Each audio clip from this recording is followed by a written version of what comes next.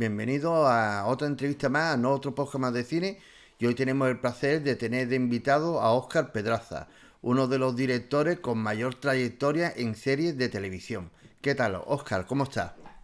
Muy bien, muy encantado de estar con vosotros hoy. El placer es nuestro. Y lo primero que te quiero preguntar, ¿ha habido algún cineasta o alguna película que te marcó para querer dedicarte al cine? Sí, sí, me marcó muchísimo en el colegio. Nos ponían películas. Tenía un profesor de sociales que además era el director del colegio. Compró una pantalla enorme y allí nos ponía películas. Y cuando nos puso Ciudadano Kane me marcó mucho. Me fui a la biblioteca, investigué y para hacer un trabajo sobre Ciudadano Kane que me marcó bastante. Y luego otra película por la que tuve claro que quería ser director fue Blade Runner, que la llegué a ver 150 veces cuando era niño.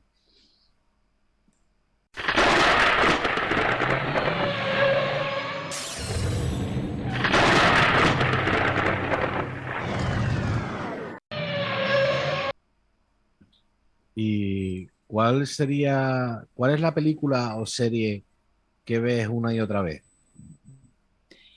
Uf, hay muchas películas y series que vuelvo a ver, pero por ejemplo, la trilogía de Regreso al Futuro cae cada dos por tres. Las de Indiana Jones también. O sea, hay un montón de series y de películas que vuelvo a ver constantemente.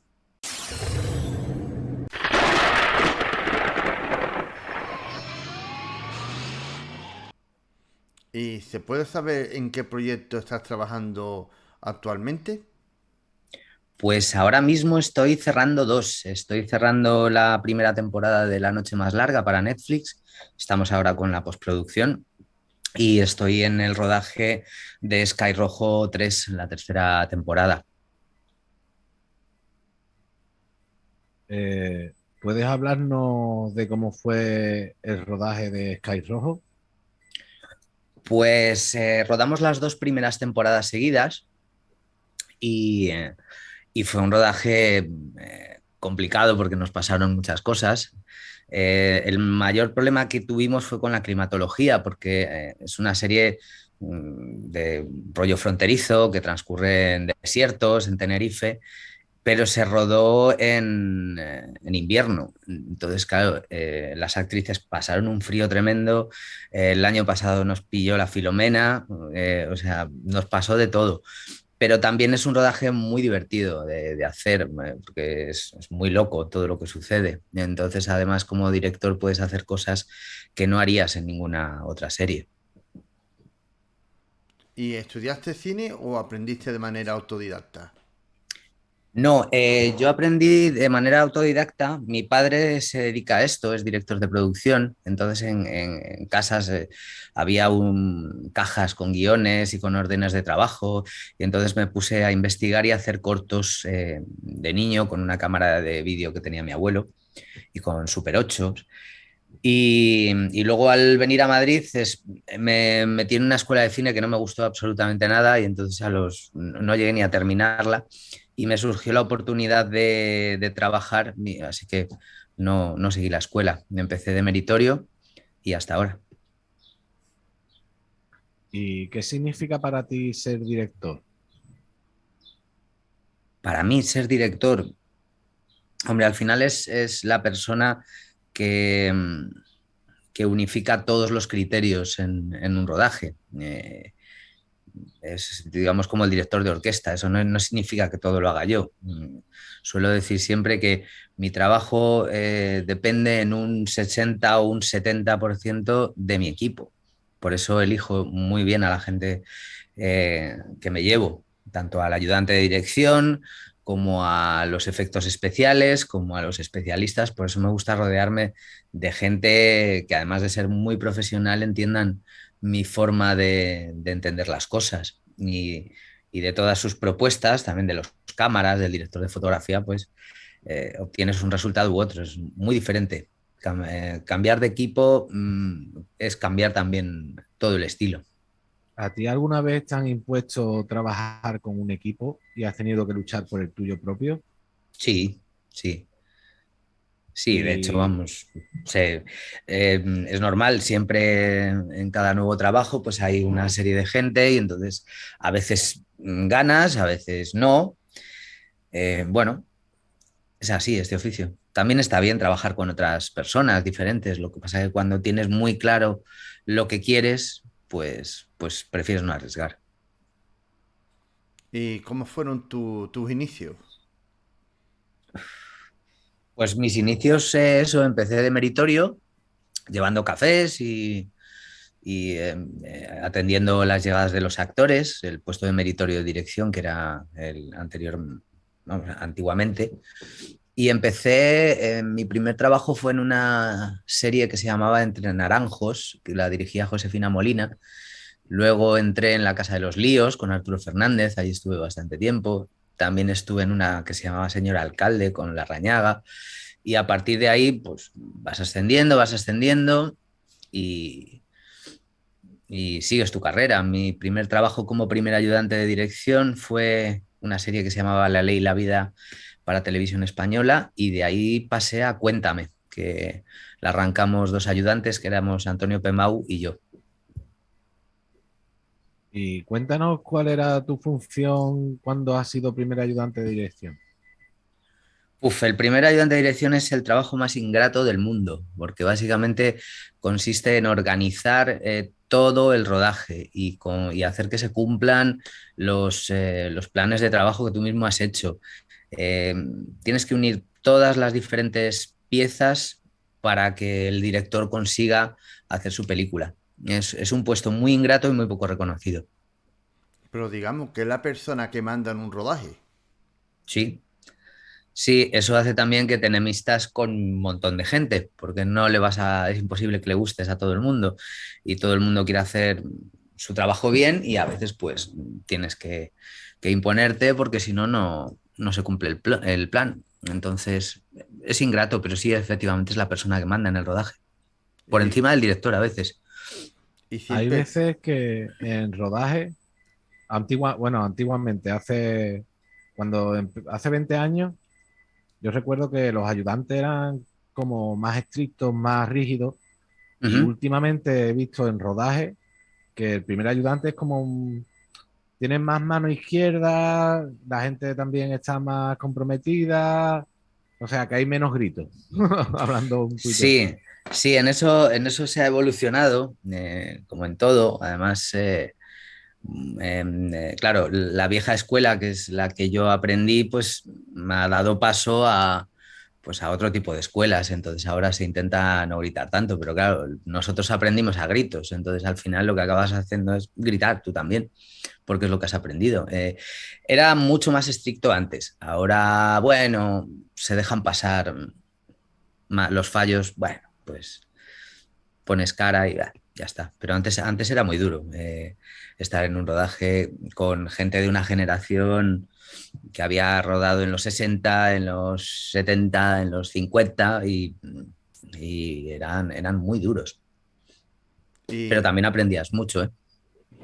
¿Y qué diferencia hay entre el primero, el segundo y el tercer ayudante de dirección? Bueno, el primer ayudante es el jefe del departamento, es el que hace los planes de trabajo, el que está al pie del cañón en el set. Ahora se ha creado una figura que a mí me espanta, que es la del coordinador de dirección, que es el que hace los planes, pero luego no va a rodarlos. Claro, a mí eso no me vale. Yo quiero tener a la persona que ha diseñado cómo se van a hacer las cosas. Entonces, digamos, el primer ayudante es el líder, el que controla a su equipo. Su segundo ayudante lo que hace es encargarse de la parte más burocrática, citar, ir por delante para que todo lo que ha ordenado el primer ayudante luego esté. Citar a los actores, encargarse de que todo lo que se necesita en un rodaje pues esté. O sea, es una figura fundamental. Luego, el auxiliar o tercer ayudante, lo de tercer ayudante aquí en España yo no lo he visto, siempre he tenido auxiliares. Esos auxiliares pues mueven la figuración, llevan a los actores al set, están un poco pendientes de todo lo que se pueda necesitar y ayudan al primer ayudante a sacar adelante el rodaje. Y es Eh, importante siempre una persona que tenga que empezar como meritorio, tercer ayudante, segundo y primero. para ir subiendo? Esta carrera se puede hacer de mil maneras. Hay montadores que pasan a ser directores, hay directores que no han dirigido nunca nada y de repente dirigen. Depende de lo que quieras hacer.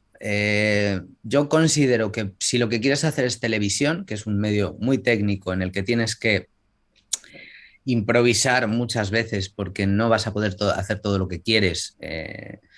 Para mí es muy importante que un director haya pasado por todos esos pasos. En cine, en cine no lo considero necesario. En cine puede dirigir cualquiera. Con que tú tengas una visión y te rodees de un buen equipo, pues ¿por qué no? Pero la televisión es muy exigente y no lo llevas todo preparado y a veces localizas en el mismo día en el que vas a rodar las cosas. Entonces tienes que saber cuáles son las problemáticas de todos los departamentos para no meter a nadie en demasiados aprietos. Porque si yo no sé lo que implica pedir una grúa a las 4 de la tarde, pues la voy a pedir y a lo mejor me la dan, pero, pues, pero es muy probable que no me la consiga. Entonces tienes que tener mucho oficio.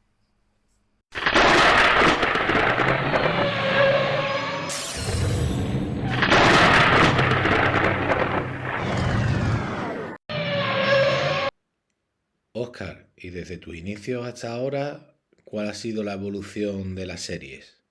Hombre, ha habido una evolución brutal. Primero las series se empezaron a hacer en cine, cuando las producía Televisión Española y eran como películas, pero en formato serie. Cuando ya empezaron las series de televisión, por lo menos las que yo conocí, eran series de televisión que tenían lo que llamamos pasillo de cámaras, no existía la cuarta pared. Tú siempre te tirabas para el mismo lado, porque detrás estaba el equipo. No había techos en los decorados, no podías contrapicar la cámara. El lenguaje era mucho más plano. Básicamente era plano general, plano americano, plano medio y ni siquiera había un primerísimo primer plano. Lo máximo que hacíamos era un plano medio corto, porque ese era el lenguaje. Era un tipo de realización que además teníamos un mezclador en directo haciendo una premezcla de lo que luego iba a ser la emisión.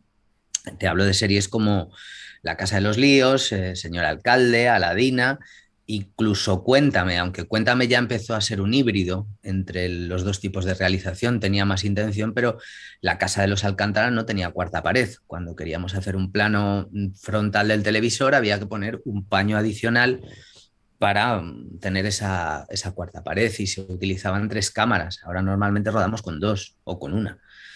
Pero antes ponías tres cámaras, una en cada esquina del decorado y otra central, y básicamente consistía en seguir a los personajes.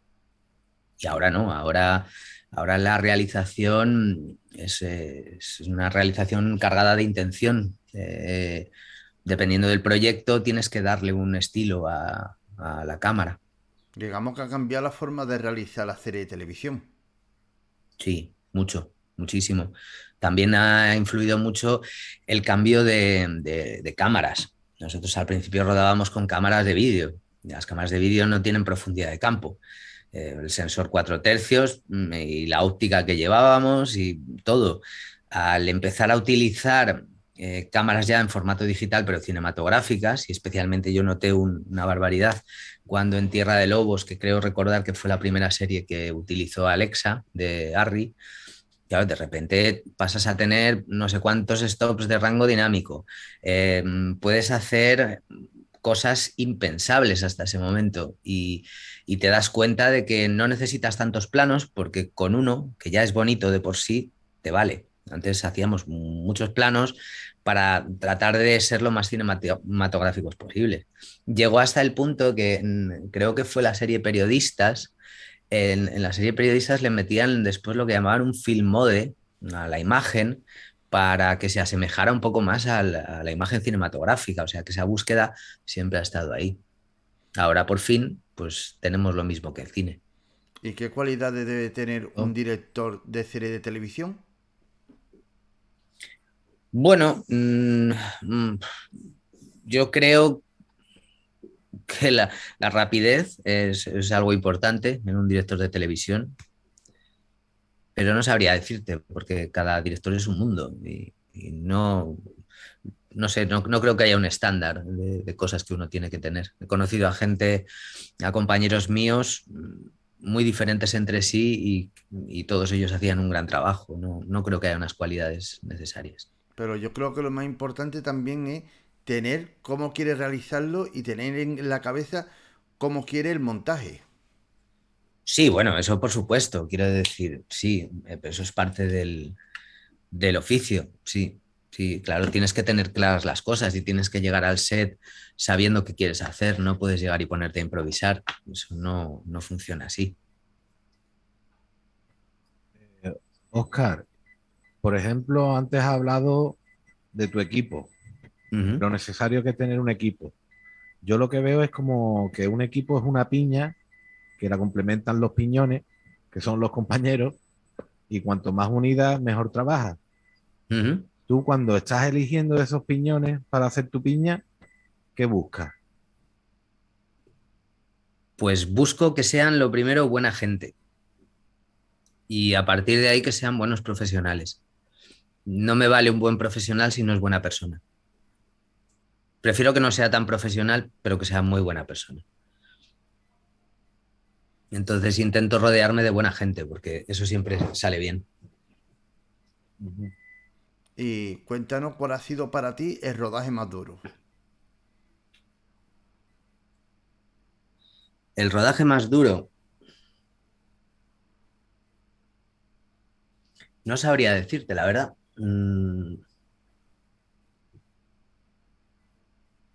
No lo sé, porque Sky Rojo tuvo momentos bastante duros, también por eso, por lo que os contaba, de frío, de complicaciones técnicas, es una serie muy ambiciosa, pero, pero ahora mismo no recuerdo. De todas formas, yo creo que es que siempre me quedo con lo bueno, entonces lo malo se me olvida rápido.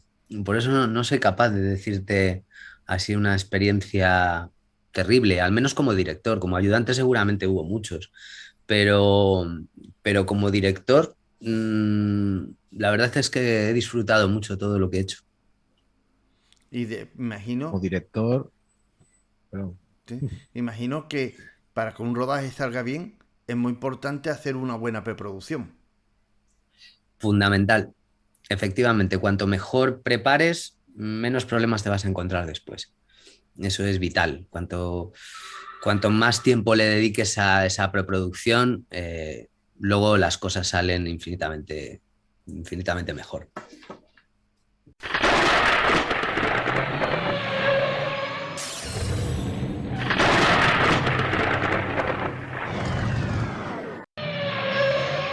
acercarse al cine.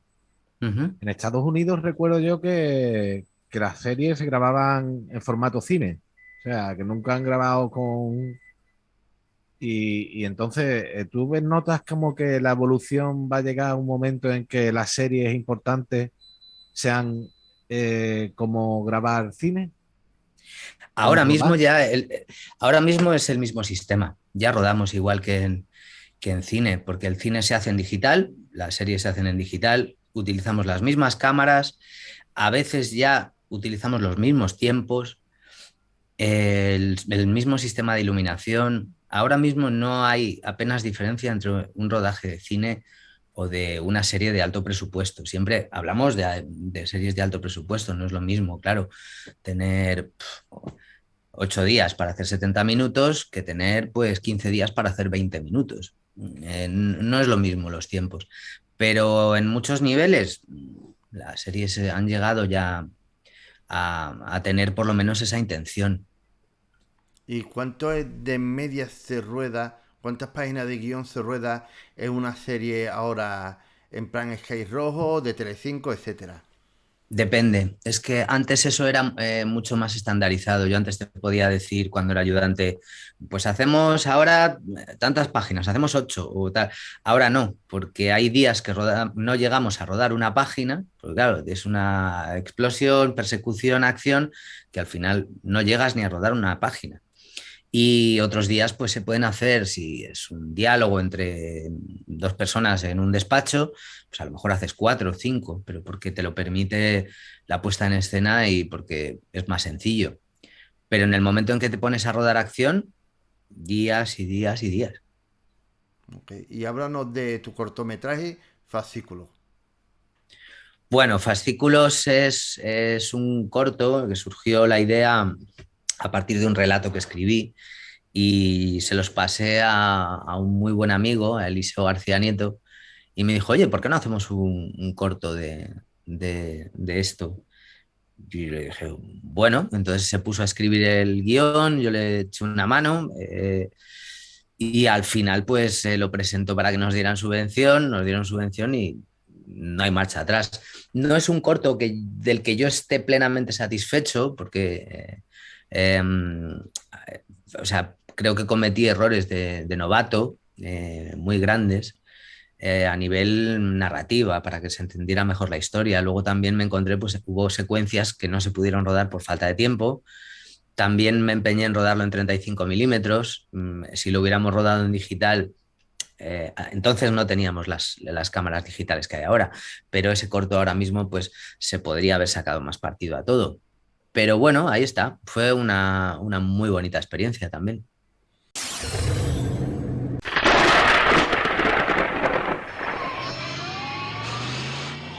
Y no nota que antes Ya, cuando... Sí, sí. Venga. no, yo es que a referencia de los 35 milímetros, quería preguntarle a Oscar la diferencia que él siente cuando graba en digital y en fotoquímico. Hombre, la diferencia sobre todo es lo limitado que estás. Tienes que ser muy consciente del material que tienes, porque aquí es sacar una tarjeta, pasarla al ordenador y esa tarjeta puede seguir rodando. Antes no.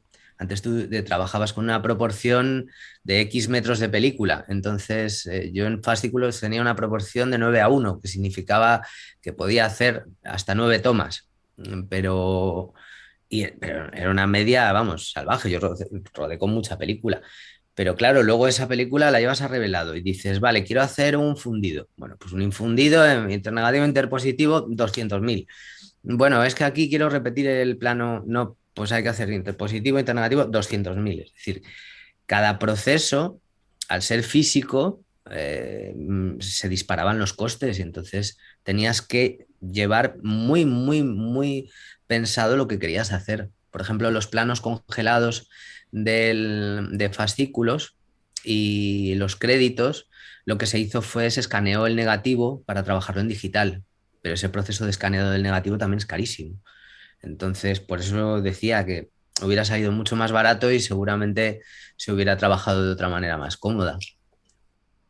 Pero la textura que adquiere el fotoquímico no te da la sensación como que le da alma al proyecto. Sí, claro, sin duda, claro, claro, es una pasada, porque efectivamente tiene esa cosa.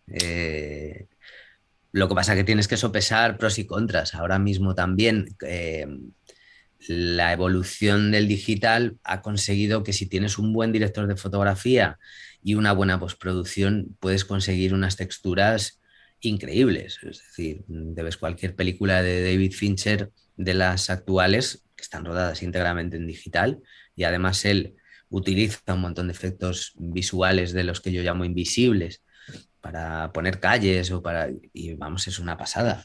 O sea, que la evolución pues ha marcado un antes y un después. Si volvería a rodar en 35, hombre, sí, pero a lo mejor para un proyecto cerrado en televisión lo veo inviable. O sea, sería a lo mejor una película o un mediometraje, algo que realmente requiera esa textura, que esté muy justificado, que no sea sencillamente por una cosa romántica, sino que aporte a la historia. Pues sí, claro, en ese caso sí. Lo que pasa es que tiene unas limitaciones que hay que tener en cuenta. Otra cosita más. Ahora mismo has dicho el tema de los efectos y me llama mucho la atención la evolución. O sea, ahora mm, yo creo, o sea, Star Wars, Jurassic Park, luego Matrix. Ya con Matrix me quedé flipado. Y ahí con el nacimiento del VF, o sea, el VFX que adquiere esa notoriedad ahora en las producciones, ¿cómo te has adaptado a ello? Bueno, yo me he adaptado bastante bien porque llevo muchos años conviviendo con los efectos digitales. Pues ya en Cuéntame teníamos efectos digitales todas las semanas, cuando teníamos que hacerlo de Alcántara que le da la mano a Franco, entonces aprendí un montón. Luego estuve en una empresa que se llamaba Área 51 y ahí pues estuve muy, muy en contacto con todo lo que es los efectos digitales, entonces los conozco bien y también pues sus limitaciones o las necesidades que tienen, porque lo importante para esos efectos, aparte de tener a gente con mucho talento, es muchísima gente trabajando sobre un plano y mucho tiempo, y eso al final es dinero. Lo que no puedes tener es buenos efectos si no tienes tiempo y dinero. Es así. Y de todas formas, yo últimamente estoy volviendo un poco a los efectos físicos. La serie de La Noche Más Larga ha tenido un planteamiento en el que el porcentaje de efectos digitales ha sido ínfimo, pequeño. Estaba todo rodado de forma física, todos los disparos, que ahora se ponen todo en digital. A mí no me gusta rodar con disparos digitales, el actor no reacciona igual, la tensión en el equipo no es la misma, entonces prefiero que cuando hay un tiroteo suene a tiroteo y exploten las cosas. Eso, yo creo que a mí por lo menos me gusta más.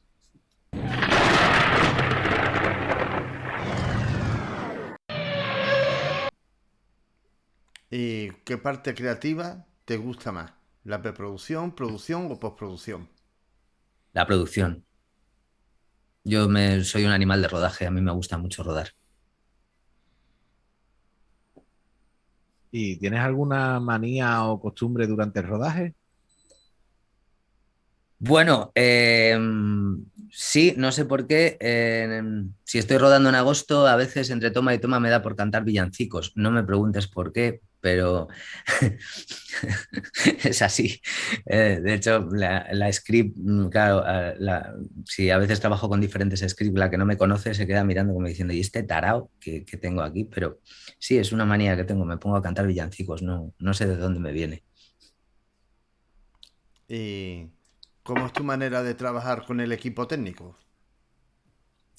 Pues lo primero que hacemos por la mañana es plantear un poco la jornada. Entonces, me gusta llevar a los actores al set, allí vemos la puesta en escena.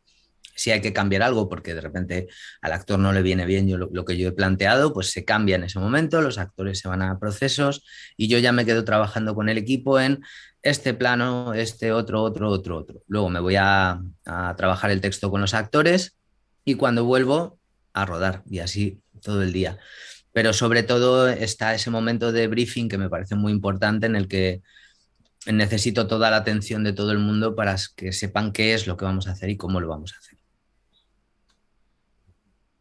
Una pregunta que me hago muchas veces, por ejemplo, cuando te integras a un proyecto que ya ha comenzado y tiene que ser bastante duro el entrar en el proyecto y asimilar y plasmar luego, ¿no? Sí, sí, es un reto. Ahí tienes que hacer un mayor trabajo porque no es solamente tu visión, te tienes que adaptar a la visión de otra persona que es la que ha arrancado la serie o la que ha diseñado el aspecto visual de la serie. Lo que pasa que es muy interesante meterte en la cabeza de otra persona.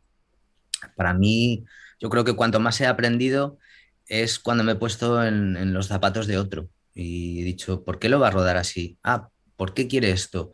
Vale, voy a ver si yo soy capaz de hacerlo, no igual, pero al menos parecido para que no se note el cambio de director.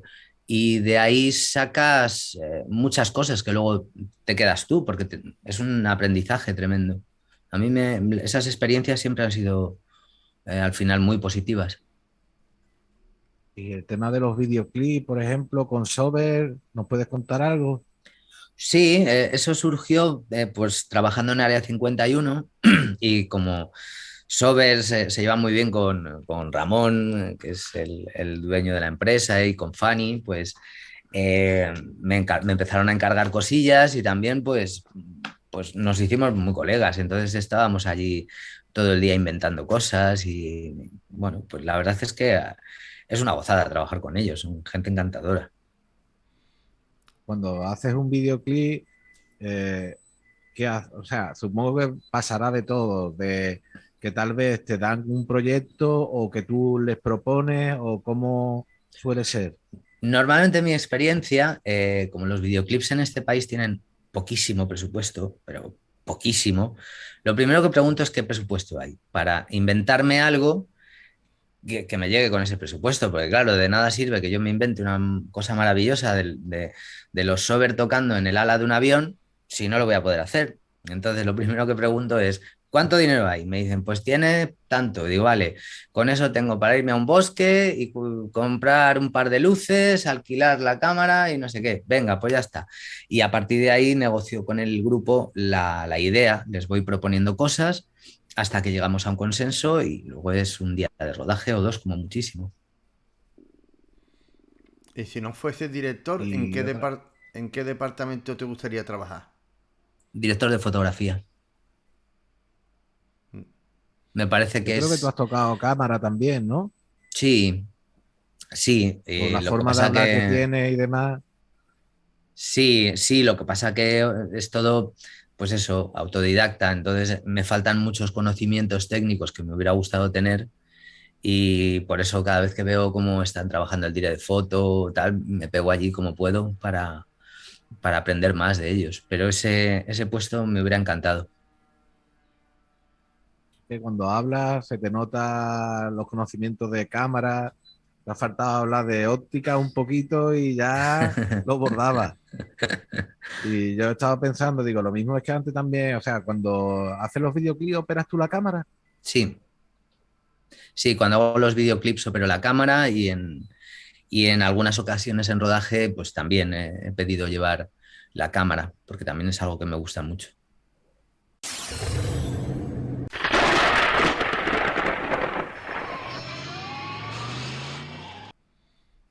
Y para terminar, ¿qué consejo le daría a cineastas que están empezando y que quieran dedicarse a la dirección cinematográfica?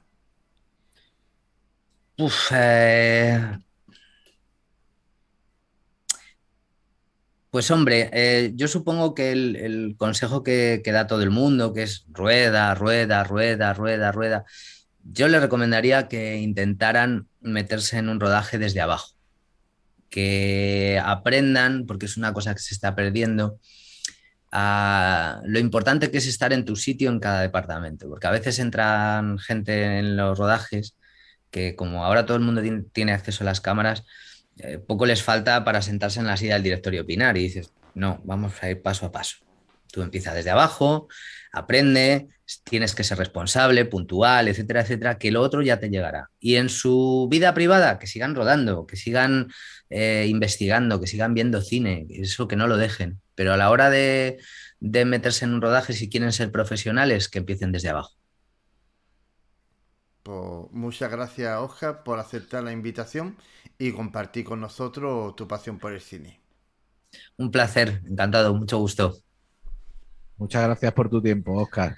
Gracias a vosotros. Gracias. Hasta luego.